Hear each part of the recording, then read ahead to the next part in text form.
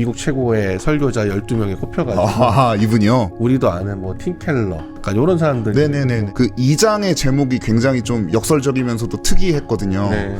죄 우리의 유일한 희망. 네. 사실 죄라는 건 굉장히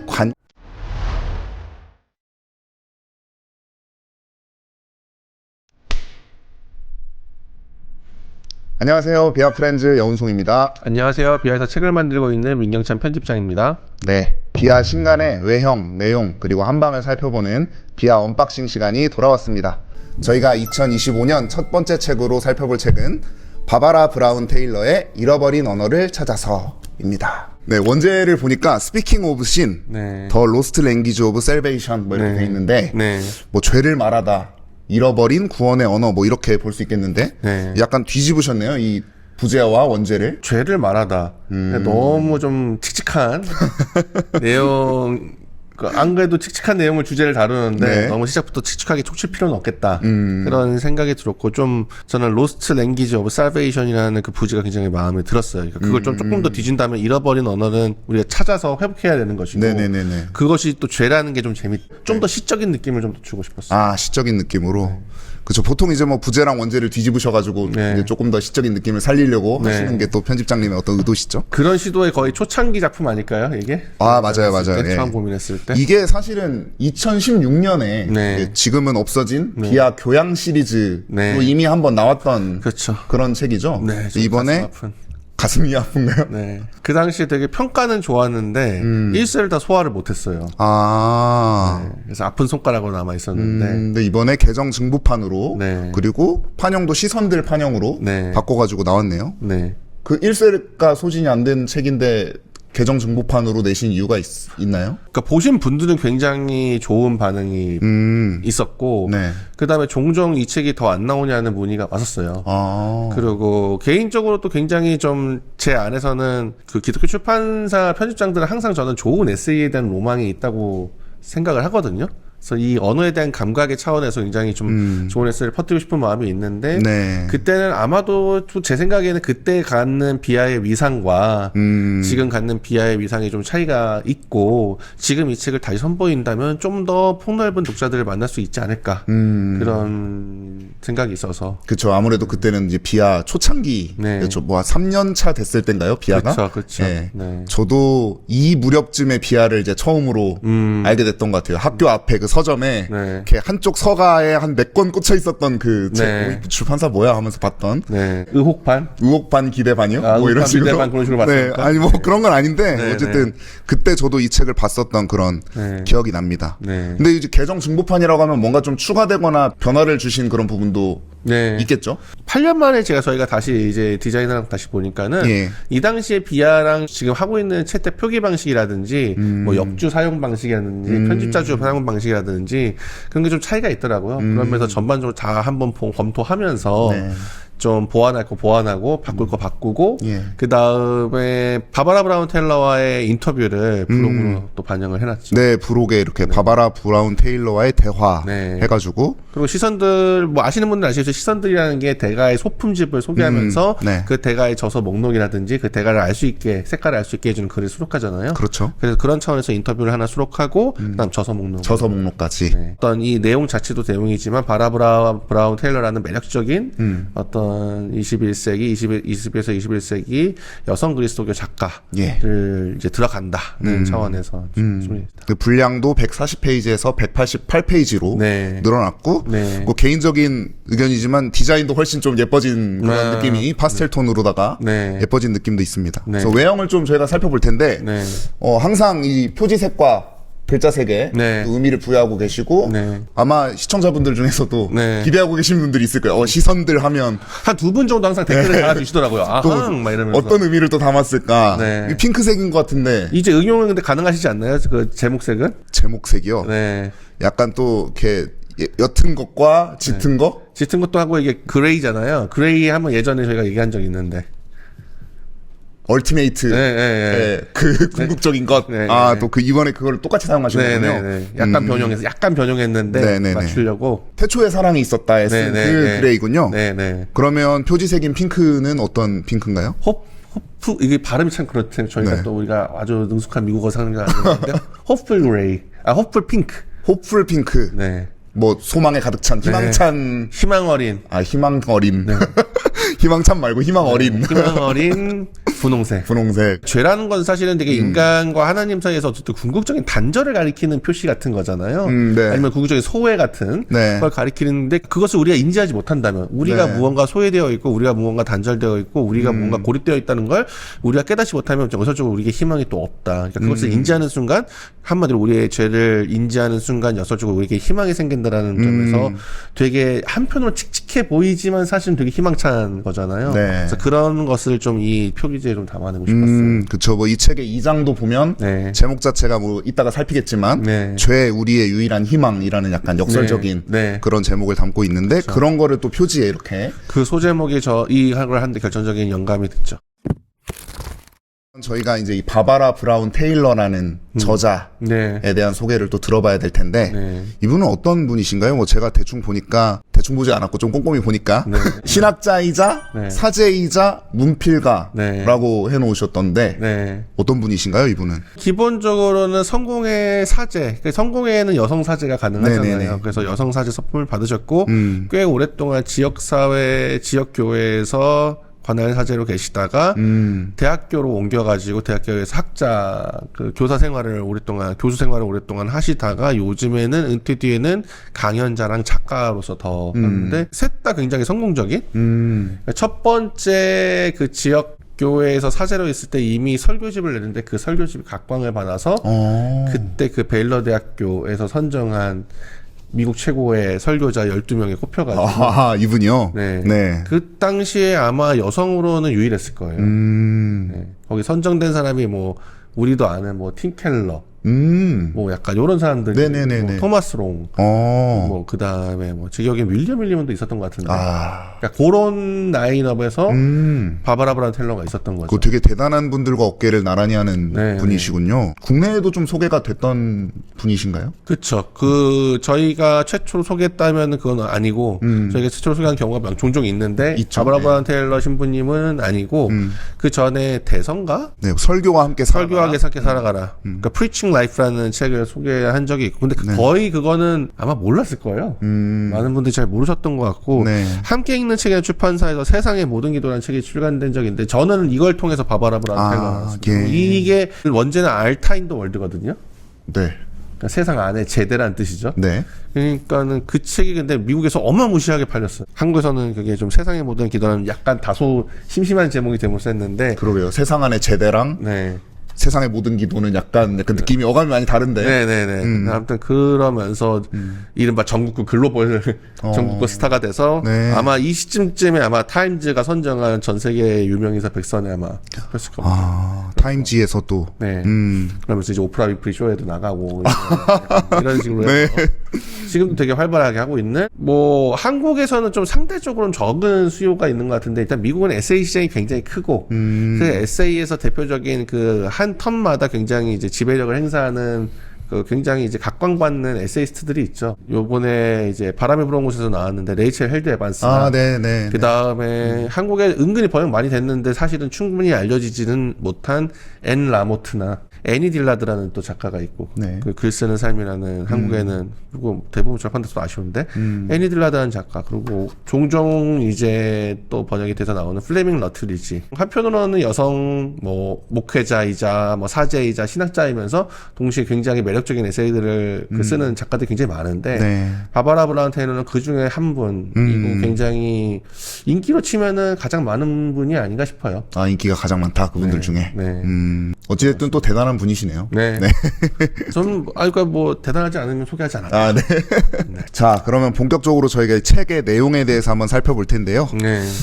뭐 기본적으로는 제목에서 잘 드러나고 있는 것처럼 네. 뭐 죄, 참회, 구원, 뭐 이런 신앙의 언어들, 신앙의 언어들을 우리가 잃어버렸지 않느냐. 네. 그런 문제의식에서 출발을 하고 있는 것 같아요. 그러니까 약간 동의를 하려면 첫 번째는 그렇게 해야 돼요. 우리가 신앙 언어를 쓰고 있긴 하죠. 한국에서도 그렇고. 그렇죠.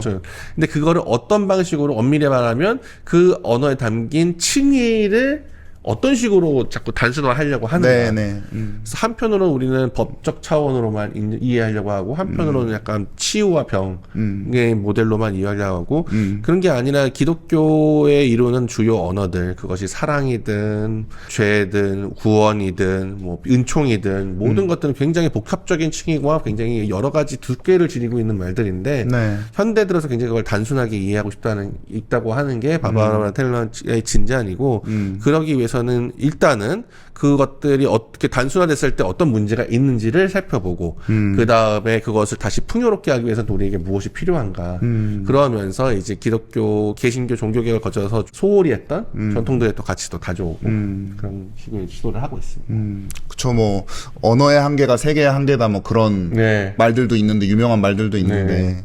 언어가 품고 있는 함의들을 제대로 우리가 그 다층적인 면들을 살피지 못하면, 네. 결국에는 그만큼만 볼 수 있게 되고, 그 이외의 부분들은 볼 수 없게 돼버리는, 그렇죠. 네, 그런 부작용이 생기잖아요. 그렇죠. 네. 기독교의 언어는 뭐 하늘과 땅을 이어주는 말들이잖아요.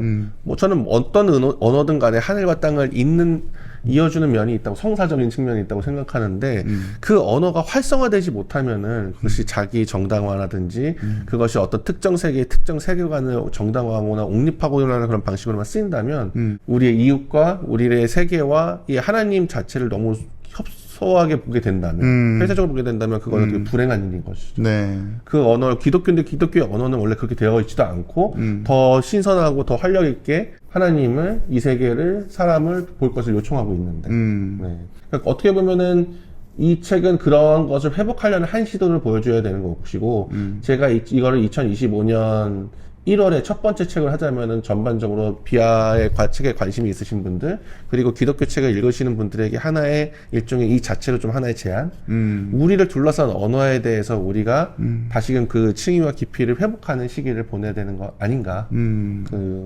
라는 제안으로서 이 책에 보면 이런 얘기가 나와요. 그러니까 말하지 않으면 언어가 재현하는 어떤 실제 경험 세계도 사라져버리게 된다라고 얘기를 하면서 이제 신앙의 언어를 상실함으로 인해서 교회가 신앙을 설명할 수 있는 어떤 힘을 잃어버렸다 이런 식으로 이제 얘기를 하고 있는 것 같은데 저는 그런 의미에서 좀 다른 책 한 권이 또 떠올랐거든요. 이제 비하의 제안들 시리즈 중에 마커스 보그가 썼던 이제 그리스도교 신앙을 말하다. 이 책의 부제가 왜 신앙의 언어는 그 힘을 잃었는가라는 그런 부제를 가진 책인데 이 책과 같이 읽으면은 참 좋을 만한 서로 좀 상호 보충이 될 만한 그리고 그것뿐만 아니고 사실 비하의 대부분의 시도는 뭔가 너무 당연하게 써왔던 신앙의 언어들이 사실 얼마나 깊은 층위를 지니고 있고 어떻게 그것을 우리의 신앙의 선배들과 역사 속에서 얼마나 이것을 어떤 상상과 어떤 통찰과 어떤 것을 하기 위해서 계속 분투해 왔는지를 계속 다시 끊임없이 살피고 그거를 지금 여기와 있는 작업을 하는 게 저는 비하의 모든 책들은 결국에 그거를 얘기하고 있는 거잖아요. 그렇죠. 네, 그러니까 그 중에서도 이제 잃어버린 언어를 찾아서와 그 그리스도의 신앙을 말하다는 그런 대표적인 어떤 그 특히 언어에 좀 천착해서 하는 작업 중에 하나고. 근데 전반적으로 제가 보기에는 신학이라는 게 결국엔 그런 거죠. 언어는 하나님을 거기에 사유하는 활동인데 그 사유라는 활동은 언어를 통해서 이루어질 수밖에 없고 그 사유가 층위가 깊어지고 풍요로워지고 생명을 발휘하기 위해서는 그 언어를 벼릴 수밖에 없다. 그렇게 하면은 우리의 언어를 벼려버릴수록 우리가 하나님을 이해하는 방식, 우리가 하나님을 만나는 방식, 그 다음에 하나님에 기대어서 그 은총과 기쁨에 기대어서 다른 사람과 세계를 만나는 방식도 풍요로워질 수 있겠죠. 네. 그러니까 사실 그 죄의 어떤 현실을 제대로 직시하지 않고 그 깊이를 제대로 알지 못하면 그 반대급부로 어떤 은총과 구원도 제대로 알지 못하게 되는 건데 우리가 교회에서 이제 죄라고 하면은 너무 좀 그 납작한 죄에 대한 이해가 있잖아요. 이제 이 책에서도 지적을 하는데 한편으로는 어떤 질병에 걸린 상태인 것처럼 얘기를 하고 또 어떤 한편으로는 위법 행위를 저질러서 어떤 그 죄의 목록을 딱딱딱 정해놓고 개인의 어떤 잘못된 행위들 그거에 대한 어떤 심판 이런 두 가지 차원에서만 바라보는 것 같은데 사실 죄라는 건 굉장히 관계적인 차원을 가지고 있는 거잖아요. 근데 그 부분을 좀 많이 상실했다는 게 이 바바라 브라운 테일러의 어떤 진단이기도 하고 네. 또 우리가 경험하고 있는 그런 교회에서도 사실 교회 현장에서도 그런 납작한 죄의 이해가 좀 있지 않나. 그렇죠. 그러니까 죄라는 것은 신스가 있고 씬이 대문자 씬이 있잖아요. 그러니까 기독교에서 강조하는 건 사실은 물론 당연히 그 씬에서 파생되는 게 신스니까 그 로알리안스가 언젠가 재밌는 비유를 쓴 적이 있는데 문을 두드리고 있는 거예요. 근데 문 밖에 뭐가 있는지 몰라요. 근데 우리는 되게 두려워하고 있어요. 그래서 안 열어줘요. 근데 결과적으로 근데 문이 딱 열렸는데 그 속에서 빛이 있었다. 근데 그 본인들이 모른다는 거 빼고는 사실은 이 세상은 어떻게 보면 감사와 충만한 걸로 가득 차 있는데 그것이 자꾸 우리는 어떻게 보면 우리 안에로 굽어가지고 이미 방향이 굽어 있어서 우리에게 다가오는 것들에 대해서 기본적으로 되게 두려움과 우리 스스로 그것을 거리를 두는 거죠. 우리를 그리고 스스로 옹졸하게 만들고. 근데 그렇게 만들 수밖에 없는 우리에게 이미 깔려진 방향성, 되게 비극적인 방향성, 그것이야말로 이제 씬이겠죠. 기본적으로 큰 죄. 근데 적어도 우리가 고백하기로는 그것을 예수님께서 폭로하시고 몸소 감내하시고 그런 죄의 상태와 죄들의 결과를 감내하시고 십자가에 못 박혀 돌아가시고 부활하심으로써 그것이 궁극적인 파괴 가능성, 그런 방향성이 우리를 끌고 가가지고 완전히 무화될 가능성을 없애셨고, 적어도 그리스도인이라면 그 기쁨을 맞이해서 이제 그 반경을, 기쁨과 은총의 반경을 넓혀가라고 부름받았는데, 근데 그것을 알았음에도 다시 이제 언어가 좀 얄팍해지는 거죠. 나는 이제 살았으니까 다른 놈, 어떤 놈이 이제 죄를 짓고 있는가. 그렇죠. 네. 아니면은 어떤 놈이 병에 걸려 있는가. 네. 뭐 나쁜 의도는 아니지만 그렇게 하면은 되게 판단이 쉬워진 거잖아요. 나는 무죄 받은 사람, 너는 여전히 유죄. 뭐 나는 치유받은 사람, 넌 여전히 아픈 사람. 이렇게 되니까는. 근데 우리가 알다시피 우리가 이게 삶이라는 게 굉장히 그렇게 단순하지가 않잖아요. 그렇죠. 구원과 치유의 언어를 가지고 오히려 이렇게 벽을 치고 갈라버리는 구원 받은 자와 구원 못 받은 자, 뭐 그렇죠. 치유 받은 자와 치유 못 받은 자, 그렇죠. 용서받은 자와 용서받지 못한 자와 이렇게 나눠버리는 그런 네. 네, 부작용들이 좀 생기죠. 네. 너무 단순하게 구분짓고 그것을 그리고 게다가 그것을 우리가 자기 정당화의 도구로 삼고 그런 것들의 문제점도 넌지시 지적하고 있는 바브라 텔러는 그것을 지적하고 있습니다. 한편으로 보면은 그 신학 언어의 그 신학적인 차원을 좀 그대로 유지하는 것도 중요한 것 같아요. 그러니까 물론 뭐 의학적인 유비를 사용해가지고 뭐 죄는 질병입니다 이렇게 하는 것도 좋고 또 뭐 법정적인 유비를 사용해가지고 죄는 그 잘못을 범한 범법 행위입니다 이렇게 표현하는 것도 유비적으로 일면 맞을 수도 있지만 그 죄를 죄라고 표현하는 어떤 신학적인 미묘한 그 이유가 있잖아요. 네. 근데 그거를 좀 끈질기게 좀 인내심을 가지고 천착해서 탐구할 필요가 있는데 너무 쉽게 좀 불편하니까 다른 방식으로 이해하기 쉬운 방식으로 이렇게 그렇죠. 표현해버리려는 그런 성급함들이 있는 것 같아요. 맞아요. 하다못해 되게 근데 그거는 다른 언어도 마찬가지잖아요. 예를 들면 어떤 경기에 있어서 전문 용어를 없애버리면 그렇죠. 무슨 뭐 3초 바이올레이션 뭐 농구나 이런 거에서 그런 걸 할 때 뭐 업사이드 뭐 이를테면 이런 거를 뭐 경계선 넘기 뭐 이런 식으로 하면은 일부 이해는 되지만 그 업사이드 전체적인 면모를 담아낼 수는 없잖아요. 옵사이드를. 그렇죠, 그렇죠.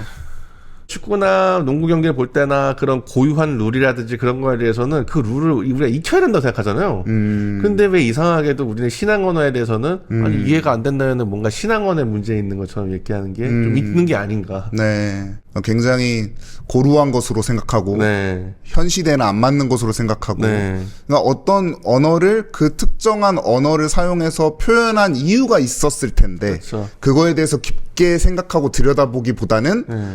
아 지금이랑 좀 안 맞는 것 같으니까 빨리 던져버리자. 네. 새로운 걸로 갈아치우자. 대체하자. 네. 폐기해버리자. 네. 좀 이런 자세들이 네. 있는 것 같아요. 오프사이드도 개정할 수 있고 그러니까 룰도 개정할 수 있고 어떤 부분에 변화를 가져왔는데 우리는 그걸 너무 쉽게 그냥 없애버리자. 그냥 말자, 살리자. 이거를 너무 게임으로 치더라도 너무 쉽게 큰 부분을 빨리 살리고 죽이고를 결정하는 거죠. 그래서 이제 그런 잃어버린 언어를 찾아야 한다고 네. 강변하고 있는 책이 네. 이 책이라고 볼 수 있겠는데요. 그 아까도 살짝 언급을 했는데 그 2장의 제목이 굉장히 좀 역설적이면서도 특이했거든요. 네. 죄 우리의 유일한 희망. 네. 그리고 고전적인 표현이 있죠. 그 펠릭스 쿨파. 그렇죠. 펠릭스 쿨파. 복된 탓이여 네. 하는 게 있죠. 복된 탓. 복된 죄라고도 하고 네, 복된 죄라고는 탓이라고도 하는데 좋은데 역설적이잖아요. 그 네. 고백록이 아주 뭔가 내가 당신 곁에 있을까지 내가 아직까지 못한 아이다라고 했는데 역설적으로 우리가 하나님 곁에서 멀어져 있다는 걸 인지하지 못한다면 그 안식의 가능성을 발견할 수조차 없겠죠. 네. 네, 그런 면에서 이제 그런 역설적인 제목이 나온 것이고 죄라는 거는 기독교의 굉장히 특유한 통찰이기도 하고 굉장히 우리가 근데 사실 제가 보기에는 우리 주변 현실과 가장 얘기할 게 많은 것이기도 한 것 같아요. 한 사람의 죄와 그것이 어떤 관계성과 그것이 얼마나 이제 막 스멀스멀 피어 올라서 모든 사람들에게 큰 피해를 안기는지. 네.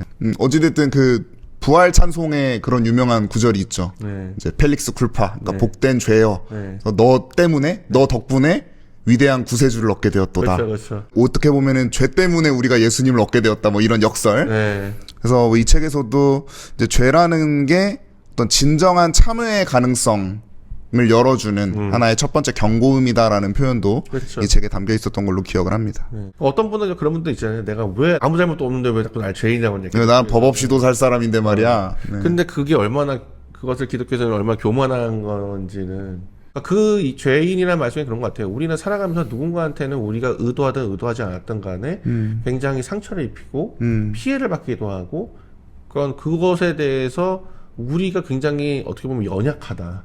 그리고 서로 연결돼 있다. 그렇죠. 우리 서로 연결돼 모든 있고, 존재들이. 그렇죠. 연결돼 있고 우리가 그 모든 것을 사실은 서로가 해결해 줄 수는 없다. 네. 그래서 그런 말이 또 이 책에 있어요. 그리스도교 신학은 우리에게 아무 잘못이 없다고 말하지도 않고 네. 우리에게 모든 잘못이 있다고 말하지도 않는다. 그렇죠. 그러니까 우리가 구원받고자 한다면 어떻게 함께 구원받을 수 있을지를 숙고해야 한다. 이런 표현이 있더라고요. 그래서 그렇죠. 기본적으로 구원이 가지고 있는 어떤 그 관계적인 측면 그런 것들을 많이 강조를 하더라고요. 그러니까 우리는 너무나 단편적으로 죄라고 하면 그 개인의 죄, 네 죄, 내 죄, 뭐 어떤 특정한 행위를 해서 이렇게 발생한 범법 행위로서의 죄, 뭐 이렇게 얘기를 하는데 그렇죠. 사실 다 연결돼 있는 거다. 결과적으로는 이 책을 보면서 우리는 구원에 대해서 상상하는 것도 조금 더 여러 가지로 바꿔볼 수 있을 거예요. 우리의 어떤 많은 경우에 구원에 대한 이해는 굉장히 개인주의적인 네.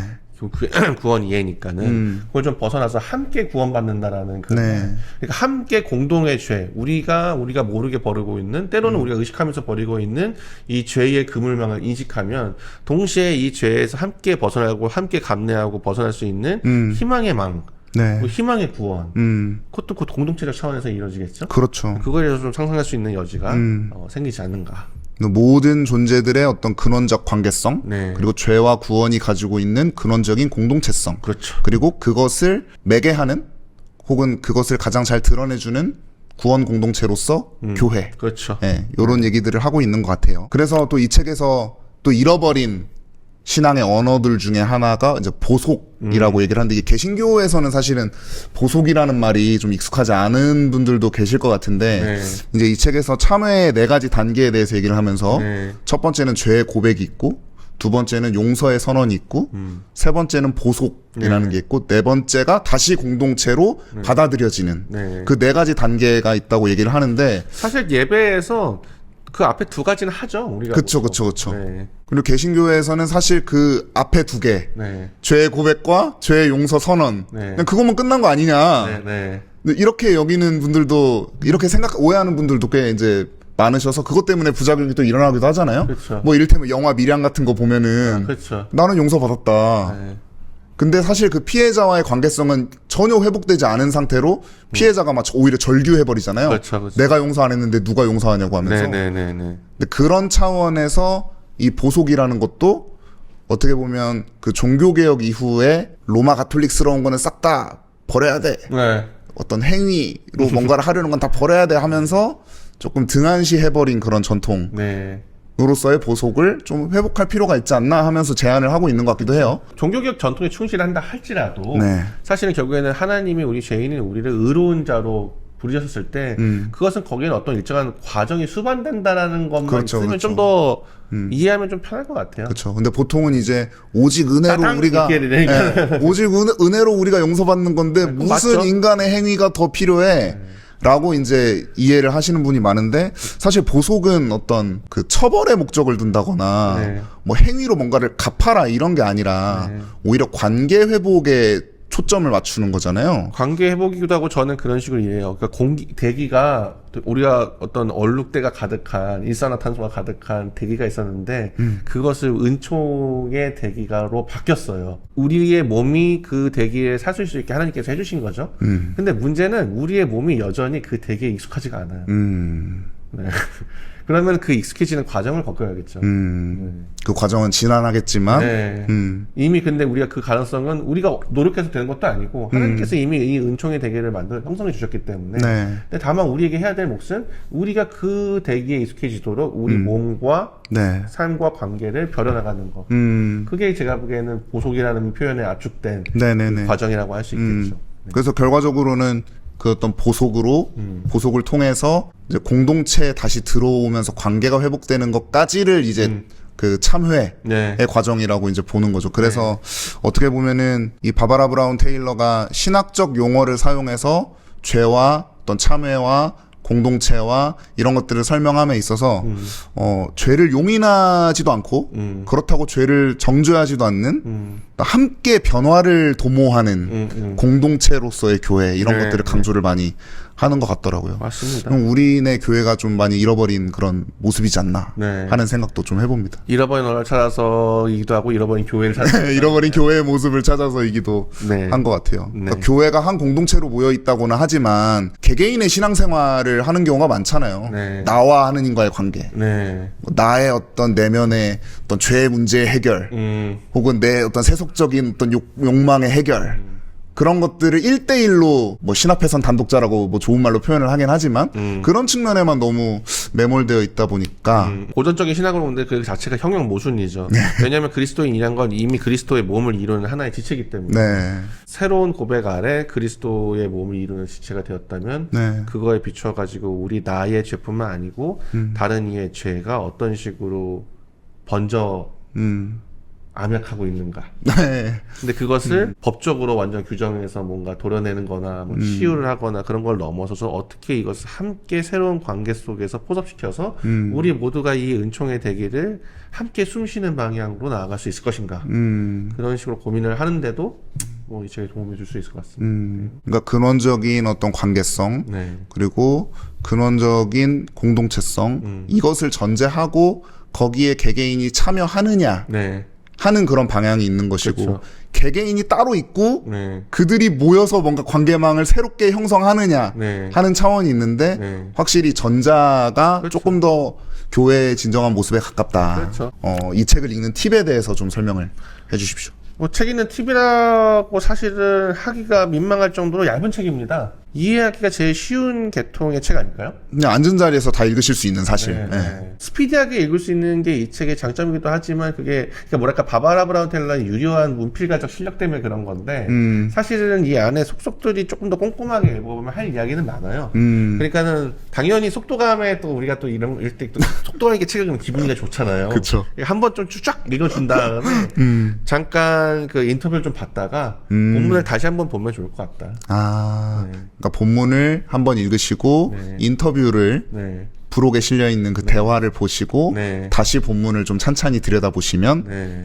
좋을 것 같다. 네, 그 다음에 여기 그 옹기니 정다운 선생님의 옹기니 말을 보고 이제 약간 네. 발물이를 하는 것도 굉장히 좋을 것 같아요. 저는 사실 이 옹기니의 말 부분이 너무 좋았어요. 네. 옹기니의 말 부분이 너무 좋아가지고 네.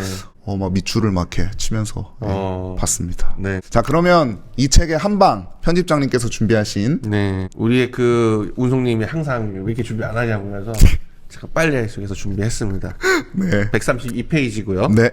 그 바바라 브라운 테일러의 문제의식을 잘 보여주는 어떤 단락이라고 할 수 있습니다. 네. 나는 우리의 절망과 희망을 담아내는데 신앙의 언어를 대체할 수 있는 다른 언어는 없다고 믿는다. 그러나 이 언어가 우리 삶에서 살아 움직이도록 하기 위해서는 우리 한 사람 한 사람이 자신에게 주어진 몫을 감당해야 한다. 우리 경험의 심연으로 들어가 저 언어가 가리키는 실제를 찾는 일, 그리고 삶으로 그 언어를 불러와 그 우리 몸에 그 언어를 입는 일은 우리의 몫이다. 우리 안에 우리를 통해 진정한 변화가 일어나고 있음을 누구도 본 적이 없는 없는데 하느님께서 우리를 구원하실 능력이 있다고 우리가 증언한들 그런 이야기를 이웃들이 믿어 주어야 할 이유가 없다. 하느님께서는 당신의 기쁜 소식을 구현하는 통로로 우리를 선택하셨다. 우리 삶은 죄로 물든 세상, 상처 입은 세상에서 하느님의 언어를 나타내는 통로다. 그분께서는 약속하셨다. 우리가 본향을 가리키는 역할을 하는데 필요한 은총을 풍성히 주시겠노라고. 네, 지금까지 바바라 브라운 테일러의 잃어버린 언어를 찾아서를 함께 살펴봤습니다. 이 책의 옮기니 정다운 번역가의 말처럼 이 책이 그리스도교의 언어로부터 멀어졌거나 또 그 언어들의 진정한 의미를 몰라서 헤매는 마음에게, 그를 향한 물음의 여정에 있는 누군가에게 함께 이야기를 나눌 수 있는 친구가 되어줄 수 있으면 좋겠습니다. 그러면 저희는 다음 시간에 더 좋은 콘텐츠로 찾아뵙도록 하겠습니다. 감사합니다. 감사합니다.